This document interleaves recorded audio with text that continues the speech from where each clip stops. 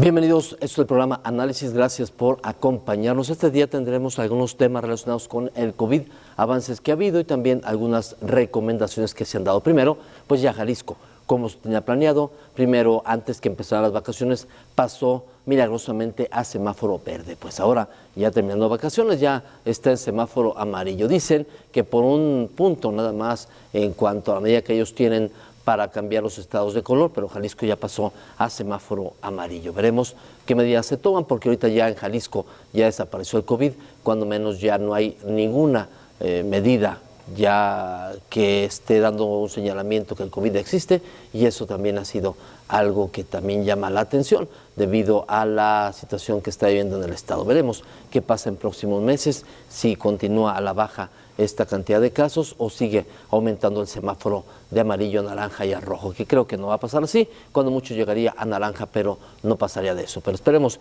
que todos podamos todavía contribuir para evitar que siga aumentando de color el semáforo. Precisamente aquí la actualización del semáforo de riesgo epidémico, el cual entrará en vigencia el próximo lunes, es decir, el 12 de abril, y se mantendrá vigente durante 2 semanas, como ha sido la práctica de los últimos meses, desde el año pasado hasta el 25 de abril. ¿Cuáles son los cambios, digamos, importantes o relevantes que tenemos del semáforo en relación a la semana pasada? Vámonos primero con las entidades que tienen el riesgo bajo, en este caso el color verde. Podemos ver que se suman 2 entidades, Oaxaca y Nuevo León, que en el semáforo anterior se encontraban en amarillo, bueno, disminuyen o logran bajar su nivel de riesgo y ahora tienen el color verde. Sin embargo, el estado de Michoacán, que también estaba en color verde, pues bueno, sube un nivel de riesgo al color amarillo, y por eso la diferencial que vemos de 7 entidades que en el semáforo pasado estaban en verde, ahora tenemos una diferencial de 8 entidades. De todas maneras, son más las entidades que obviamente han alcanzado el nivel más bajo, lo que también es congruente con la disminución de la intensidad, la actividad epidémica. Y para efectos del color naranja, aquí sí también tenemos una disminución en relación a las entidades que teníamos en la semana pasada. Si pueden revisar, obviamente luego, el semáforo anterior, identificarán que también se encontraban en naranja Puebla, Hidalgo y Querétaro. Ahora bajan, alcanzan el color amarillo, más sin embargo Baja California Sur, que estaba en color amarillo, incrementa su nivel de riesgo al color naranja, y por lo tanto entonces nuestra diferencial final es de 5, pero de todas maneras es una disminución de 2 entidades federativas, a la que estábamos en 7 naranjas las semanas anteriores, y ahora entonces solamente son 5, y eso obviamente también evidencia la disminución del riesgo. En este punto obviamente hacemos siempre un llamado a la población, sobre todo aquella que reside en cada una de estas 32 entidades federativas, para que identifique el nivel de riesgo en el que se van a encontrar a partir del próximo lunes. ¿Por qué es importante esto? Porque en función de ese nivel de riesgo es que se implementan las intervenciones comunitarias de mitigación. Entonces tenemos que estar muy atentos a las autoridades locales, porque son estas las que para cada una de las entidades van a estar generando las recomendaciones e invitando a la población a sumarse, a ponerlas en práctica, porque solamente de esta manera es como vamos a poder continuar disminuyendo el riesgo en siguientes semanas. Vamos ahora con el tema de la protección que da la vacuna. ¿Qué tanto puede dar de protección a las personas y en qué manera puede ayudarlas? Habíamos comentado y lo retomamos agradeciendo la pregunta que nos hace Liliana Noble de Pulso Saludable, que las vacunas pueden servir para múltiples propósitos. En general, una vacuna es un producto que hace que las personas desarrollen una respuesta inmune, esto quiere decir una respuesta de protección contra las infecciones.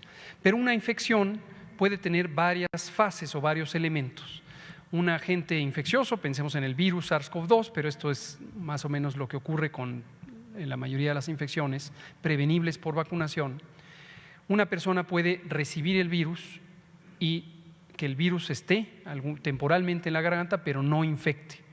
Si la vacuna logra eso, está protegiendo contra la infección y no solamente contra las fases posteriores. Ahora, una vez que llega el virus, puede ser que el virus se replique, por ejemplo, en las vías respiratorias, pero que no se desarrolle enfermedad. ¿Qué es la enfermedad? La presencia de los síntomas y signos. En el caso de COVID, fiebre, tos, dolor de cabeza, dolor de garganta, pérdida del gusto y del olfato, fatiga, etcétera. Entonces, es la segunda etapa, si lo vemos como una cadena de eventos. Primero hay que infectarse, luego hay que tener la enfermedad. Después puede venir una enfermedad grave que ocurre en, afortunadamente, la minoría de las personas. Menos del 20% de las personas que tienen COVID lo presentan en su forma grave. Y podría ser que la vacuna también proteja contra la enfermedad grave. De hecho, las vacunas contra el COVID que usamos en México y que se usan en varios otros países del mundo protegen más contra la enfermedad grave que contra la enfermedad en general. Varias de ellas tienen protección de 100%, como la vacuna Sputnik, por ejemplo. Y después está el desenlace más desafortunado de una enfermedad, que es la pérdida de la vida, la muerte porque se complique y cause la pérdida de la vida. Entonces, las vacunas pueden proteger también contra eso.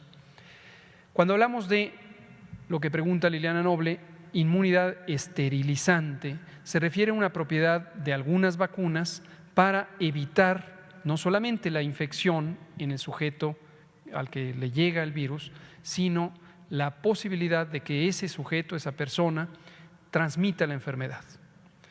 Porque la protección puede lograr que muy rápidamente se elimine el virus por efecto del sistema inmune de la vía respiratoria, la garganta, la nariz, que es desde donde se proyectan las partículas del virus.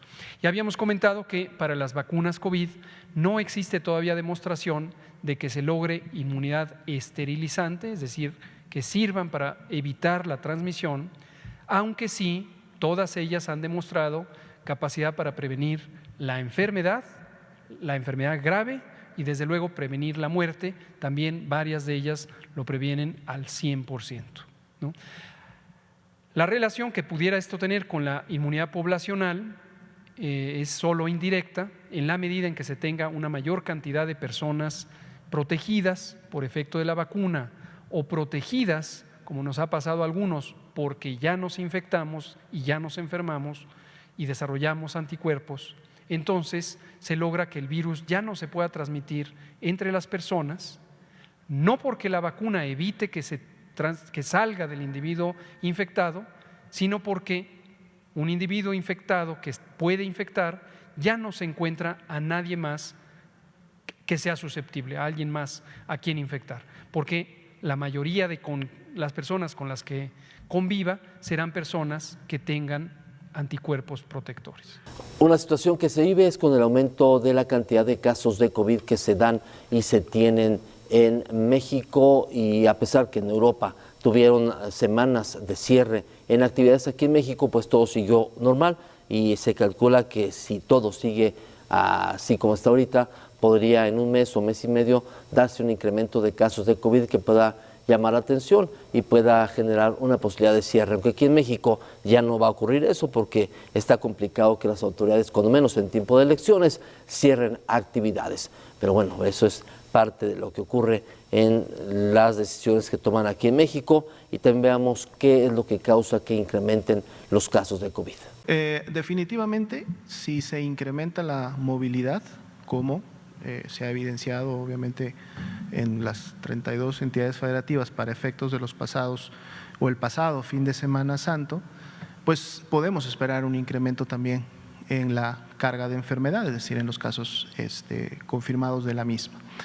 Obviamente, esto puede variar dependiendo de cada entidad en función de la densidad poblacional y de esa densidad poblacional cuántas personas todavía siguen siendo susceptibles, que en este momento sabemos que todavía son una buena o gran proporción, y las medidas de prevención que durante el incremento de esa movilidad hayan tomado, porque entonces son dos factores. Uno es incremento de la movilidad, es decir, tengo más personas en el espacio público, interactuando entre ellas, etcétera, pero además también está el punto de cuántas de esas personas implementaron sus acciones de protección, es decir, usaron su cubrebocas de manera adecuada, se estuvieron lavando las manos, más allá de que se haya incrementado la movilidad, a lo mejor algún grupo de ellas estuvo manteniendo o tratando de mantener la sana distancia en todo momento, participando de eventos al aire libre, no congregándose en espacios cerrados. Obviamente esto puede suceder en diferentes magnitudes, pero de esto precisamente va a depender cuántas personas pudieran haberse contagiado. Conociendo los periodos de incubación de la enfermedad, que como hemos dicho fluctúan en la mayoría de las personas entre 5 y 7 días, y suponiendo que la mayor cantidad de movilización de personas se dio precisamente entre el jueves, viernes, sábado, domingo santos, pues esperaríamos entonces poder empezar a ver un incremento si las medidas de prevención, tanto personales como colectivas, no se hubieran implementado de la mejor manera, pudiéramos empezar a ver un incremento precisamente en estos días. A lo mejor para el lunes, para el martes, pudiéramos tener ya las primeras señales en los indicadores que tenemos, obviamente tanto a nivel nacional, pero más específicamente a nivel local, es decir, en cada una de las entidades federativas, de que esto pudiera empezar ya a producir algún tipo de incremento. Como sabemos, los primeros indicadores que en un momento podemos ver incrementados son precisamente los de contagios, en donde empezamos a ver que la carga de enfermedad, es decir, las personas que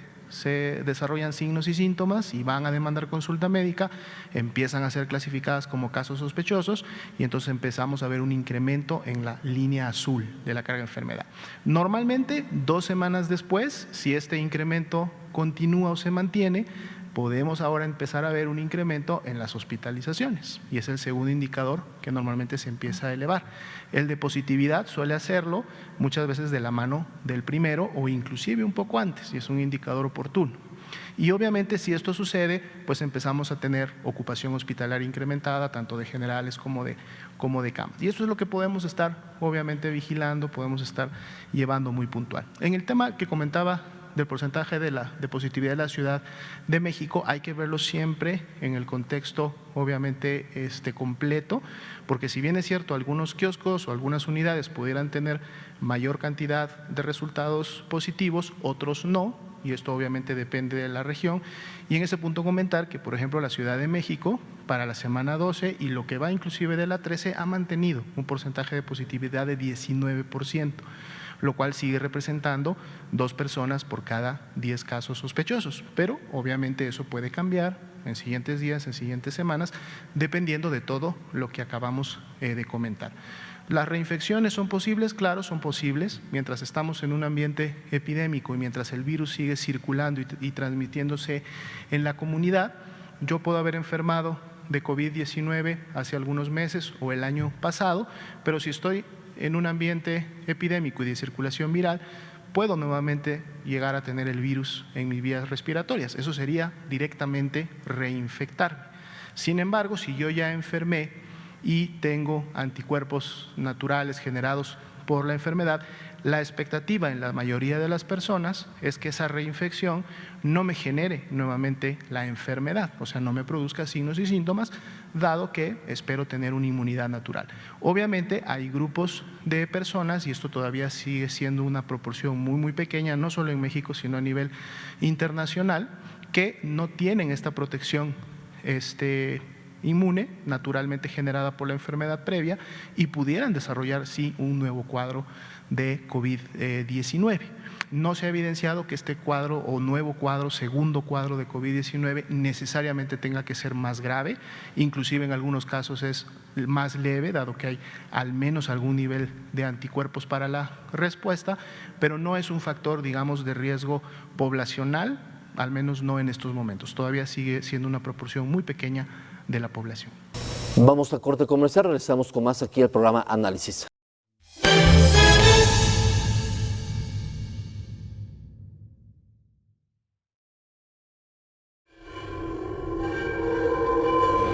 EICO de Los Altos te ofrece avanzados sistemas de vigilancia de la mejor calidad, los cuales tienen la capacidad de grabar y vigilar en tiempo real tu hogar o negocio desde cualquier dispositivo móvil o fijo, sin importar tu ubicación. Habla al teléfono en pantalla y te resolvemos tus dudas.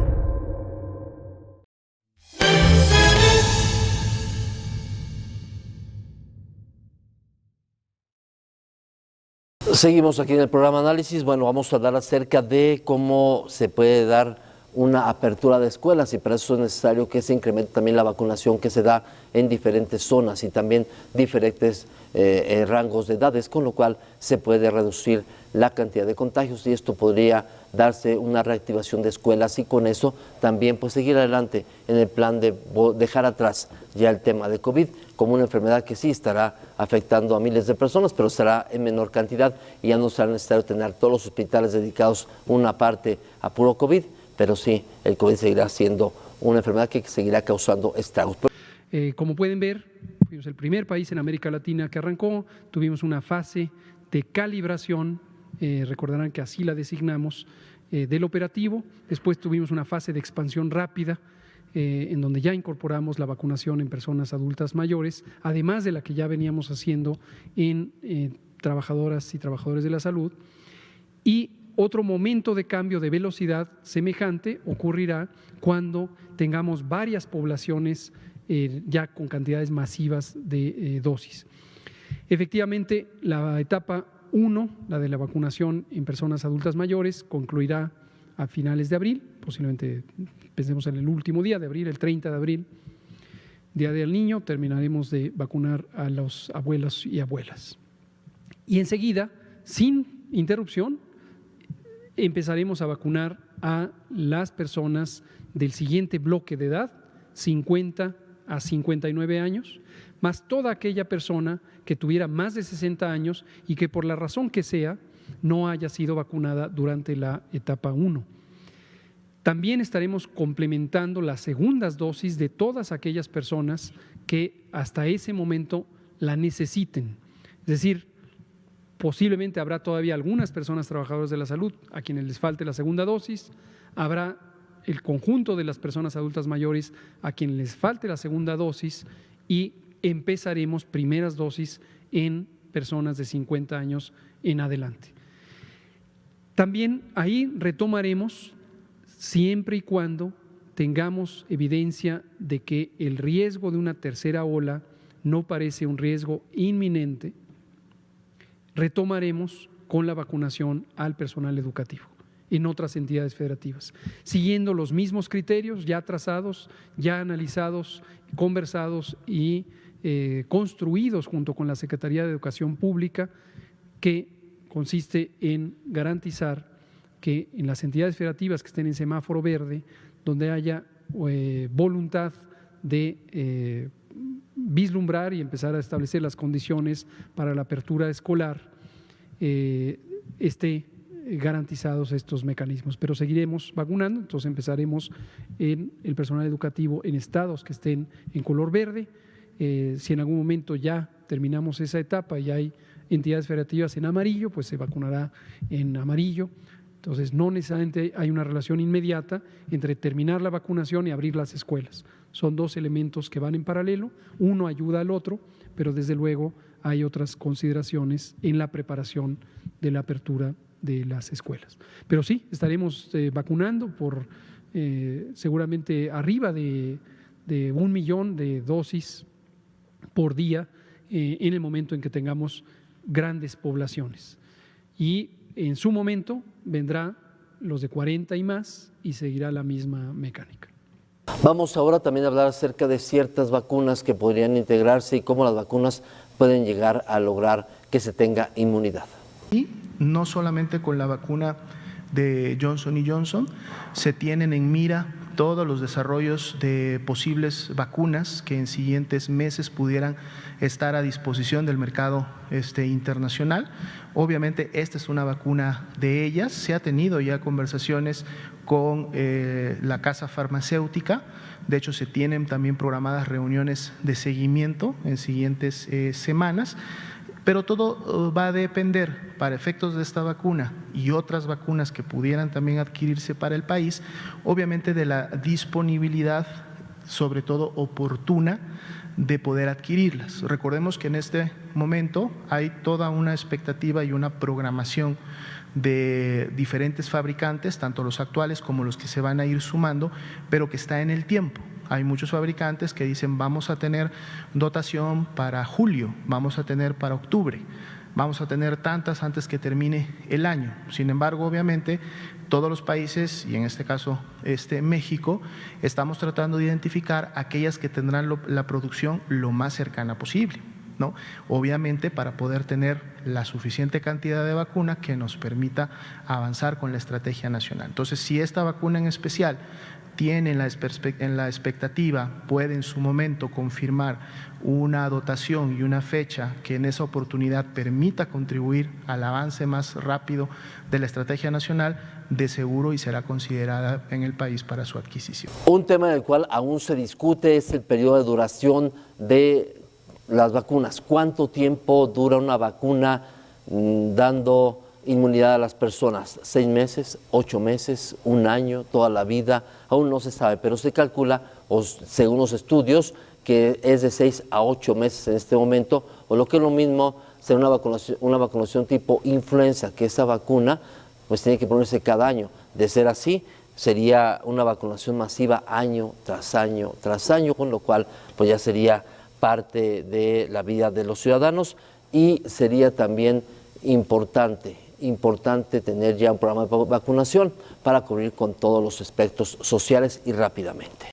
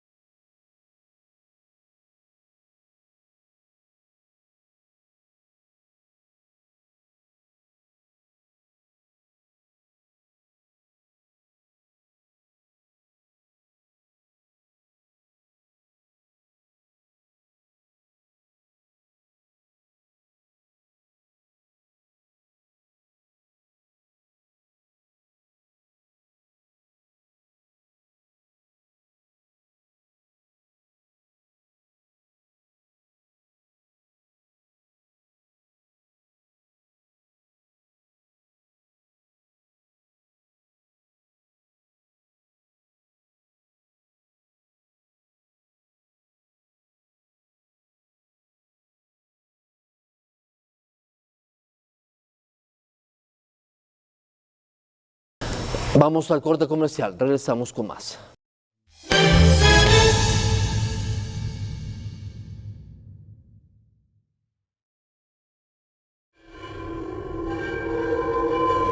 EICO de Los Altos te ofrece avanzados sistemas de vigilancia de la mejor calidad, los cuales tienen la capacidad de grabar y vigilar en tiempo real tu hogar o negocio desde cualquier dispositivo móvil o fijo, sin importar tu ubicación. Habla al teléfono en pantalla y te resolvemos tus dudas.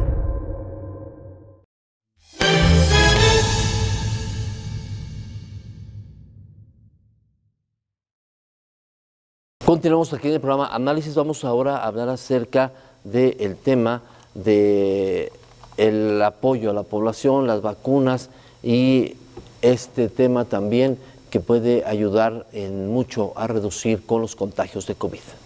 Definitivamente, si se incrementa la movilidad, como se ha evidenciado obviamente en las 32 entidades federativas para efectos de los pasados o el pasado fin de Semana Santo, pues podemos esperar un incremento también en la carga de enfermedad, es decir, en los casos confirmados de la misma. Obviamente, esto puede variar dependiendo de cada entidad en función de la densidad poblacional y de esa densidad poblacional, cuántas personas todavía siguen siendo susceptibles, que en este momento sabemos que todavía son una buena o gran proporción, y las medidas de prevención que durante el incremento de esa movilidad hayan tomado, porque entonces son dos factores. Uno es incremento de la movilidad, es decir, tengo más personas en el espacio público, interactuando entre ellas, etcétera, pero además también está el punto de cuántas de esas personas implementaron sus acciones de protección, es decir, usaron su cubrebocas de manera adecuada, se estuvieron lavando las manos, más allá de que se haya incrementado la movilidad, a lo mejor algún grupo de ellas estuvo manteniendo o tratando de mantener la sana distancia en todo momento, participando de eventos al aire libre, no congregándose en espacios cerrados. Obviamente esto puede suceder en diferentes magnitudes, pero de esto precisamente va a depender cuántas personas pudieran haberse contagiado.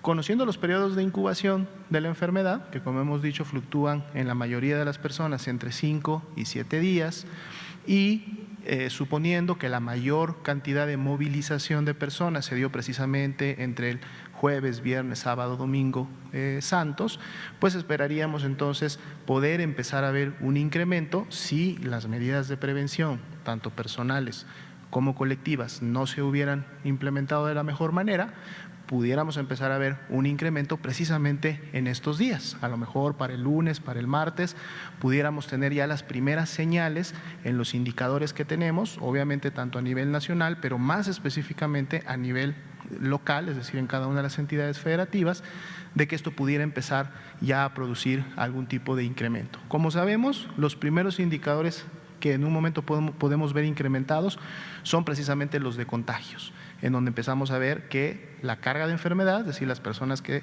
se desarrollan signos y síntomas y van a demandar consulta médica, empiezan a ser clasificadas como casos sospechosos y entonces empezamos a ver un incremento en la línea azul de la carga de enfermedad. Normalmente, 2 semanas después, si este incremento continúa o se mantiene, podemos ahora empezar a ver un incremento en las hospitalizaciones y es el segundo indicador que normalmente se empieza a elevar. El de positividad suele hacerlo muchas veces de la mano del primero o inclusive un poco antes y es un indicador oportuno. Y obviamente si esto sucede, pues empezamos a tener ocupación hospitalaria incrementada, tanto de generales como de camas. Y eso es lo que podemos estar obviamente vigilando, podemos estar llevando muy puntual. En el tema que comentaba del porcentaje de positividad de la Ciudad de México, hay que verlo siempre en el contexto obviamente completo, porque si bien es cierto algunos kioscos o algunas unidades… Hay que seguir cuidándonos para evitar contagios de esta enfermedad. Gracias, hasta pronto.